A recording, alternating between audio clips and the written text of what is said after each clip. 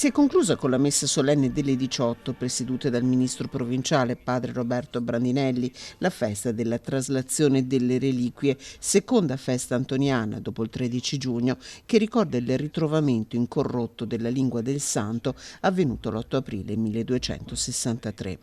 Nella basilica, accanto alla comunità dei frati, le associazioni e le confraternite antoniane, i numerosi devoti accolti così da padre Antonio Ramina, rettore della Basilica del Santo. È evidente il prodigio, ma credo che Sant'Antonio sia contento se stasera noi diciamo che il vero prodigio è lì dove anche noi sul suo esempio diciamo il Vangelo con la nostra parola e con la nostra vita. Un miracolo che parla al nostro tempo per la forza che Sant'Antonio usò nella sua predicazione, fortemente intrisa della sua stessa vita, così padre Roberto Brandinelli, ministro della provincia italiana dei frati minori conventuali. La lingua incorrotta del santo è un segno forte e prodigioso della sua predicazione appassionata della parola di Dio.